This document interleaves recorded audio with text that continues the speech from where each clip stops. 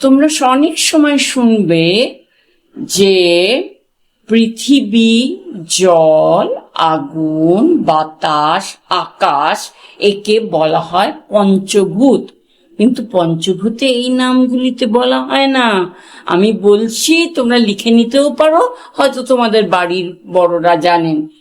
পঞ্চভূত হচ্ছেন ক্ষিতি, ক্ষিতি হচ্ছে পৃথিবী, অপ হচ্ছে জল, আগুন হচ্ছে তেজ, বাতাস হচ্ছে মরুত, বোম হচ্ছে তোমার আকাশ। তাহলে আমরা যে সমার্থক শব্দগুলি পড়ি তার কারণটা হচ্ছে এই যে পঞ্চভূত, এইখানেই হচ্ছে ক্ষিতি, অপ, তেজ, মরুত, বোম।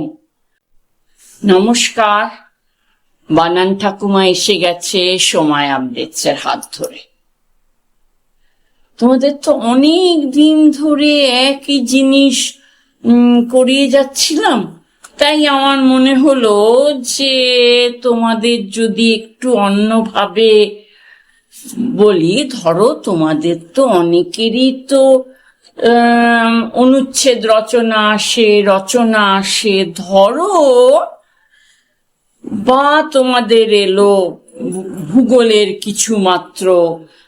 তা তোমরা একটা ঠিক করে নাও, বিষয়কে আলাদা করে মাদের বলবে তোমাদের কিছু বানান শেখাতে। ধরো, মরু অঞ্চলে যেখানে খালি বালি, মরুভূমি, সাহারা, উট, মরুদ্যান, মরীচিকা, মমি, পিরামিড, এই কটা শব্দ ধুধু করছে বালি, উটেরা চলেছে এরম করে মরুভূমির উপর দিয়ে। আমরা যখন থর মরুভূমিতে যাই, সেটা জয়পুরের কাছে, এরম করে করে করে করে তোমাদের বানাতে হবে। এবার ধরো, বরফের দেশে সহজ পাঠের তোমাদের তৃতীয় ক্লাস 3-তে অনেকটা আছে, সেখানে এস্কিমো, স্লেজ, শিল মাছ, ইগলু, বরফ এগুলি আছে। এবার আমি আবার চলে যাই এই মরুভূমির বানানটাতে। ম বয়শূন্য রয় হস্যু, ভূমি কখনো ভুলবে না, ভয় দীর্ঘ ময় হস্যি। সাহারা মরুভূমির দন্তস্বয় আকার, হয় আকার, বয়শূন্য রয় আকার। উঠ তো তোমরা জানোই, হর্ষ ট। মরুদ্যান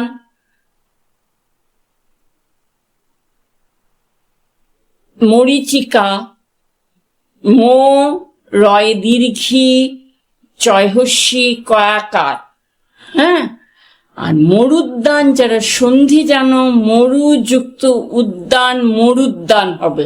হ্যাঁ, তার মানে রয় দীর্ঘ হয়ে যাবে।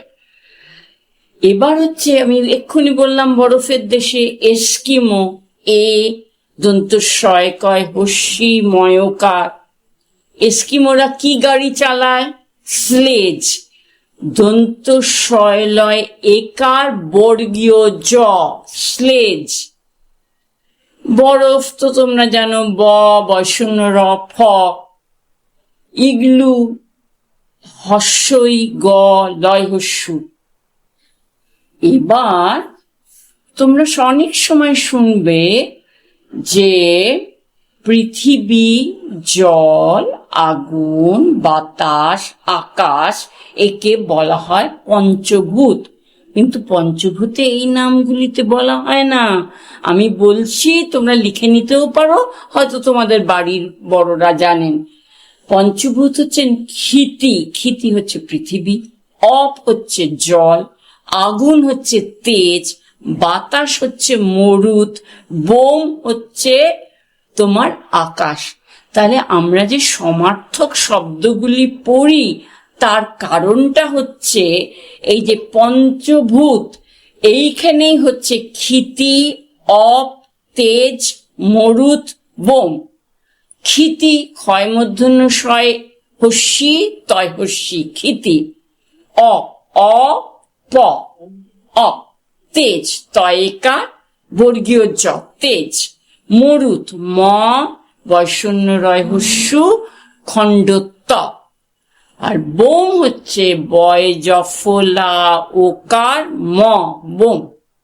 তাহলে ক্ষিতি হলো পৃথিবী, জল হলো অপ, তেজ হলো আগুন, বাতাস হলো মরুদ, আর বম হলো আকাশ। তোমাদের অনেকেরই স্কুলে এই গানটা গাওয়া হয়, সারা জীবন দিল আলোয় সূর্য গ্রহ চাঁদ। এই গানটা শুনেই তোমরা বুঝতে পারবে যে তোমার আশীর্বাদে প্রভু, তোমার আশীর্বাদ। আমরা ঈশ্বরকে ধন্যবাদ জানাচ্ছি যে আমাদের সারা জীবন ধরে আলো, বাতাস, সূর্য, চন্দ্র, গ্রহ আছে। এইগুলি আমাদের মনে রাখতে হবে। বুঝতে পেরেছ? তোমরা যখন 6টা ঋতুর নাম শিখবে বাংলায়, মনে রাখবে একমাত্র হেমন্ততে কোনো স নেই। গ্রীষ্ম মূর্ধন্য স, বর্ষা মূর্ধন্য স, শরতে তালব্য স, তারপরে হেমন্ত কোনো স নেই, শীত তালব্য স, বসন্ত দন্ত স। তাহলে তোমাকে যদি কেউ মজা করে বলে কোন ঋতুতে একটাও স নেই, তুমি বলবে হেমন্ততে। বুঝতে পেরেছ? এবং সেইটা পড়তে গেলে তোমরা অনেকগুলি দেখো গান জুড়েছেন গ্রীষ্মকালে, বিশ্বলোচন শর্মা, সুকুমার রায়ের গানের গুতো, তারপরে রবীন্দ্রনাথের বৃষ্টি পড়ে টাপুর টুপুর, নদে এলো বান, তারপরে নরেন দেবের বুড়ো শীতকাল। আর রবীন্দ্রনাথের গানটা তো তোমরা সবাই করো, ওরে ভাই ফাগুন লেগেছে বনে বনে। হ্যাঁ, এইবার আমাদের মনে রাখতে হবে গ্রীষ্ম গয় রফলা দীর্ঘী মূর্ধন্য শয়ময়। গ্রীষ্ম বলবে না, কিন্তু গ্রীষ্ম। আমরা এখানে স বলছি কিন্তু কোন স বলছি না, মটারও উচ্চারণ করছি না। বর্ষা ব মূর্ধন্য শয় রেফ আকার। মনে রাখবে আকাশ ফেটে জল পড়ে, তাই সটাও কাটা মাঝখানটা। শরৎ এসেছে শরৎ, হিমের পরশ লেগেছে হাওয়ার পরে। হেমন্ত,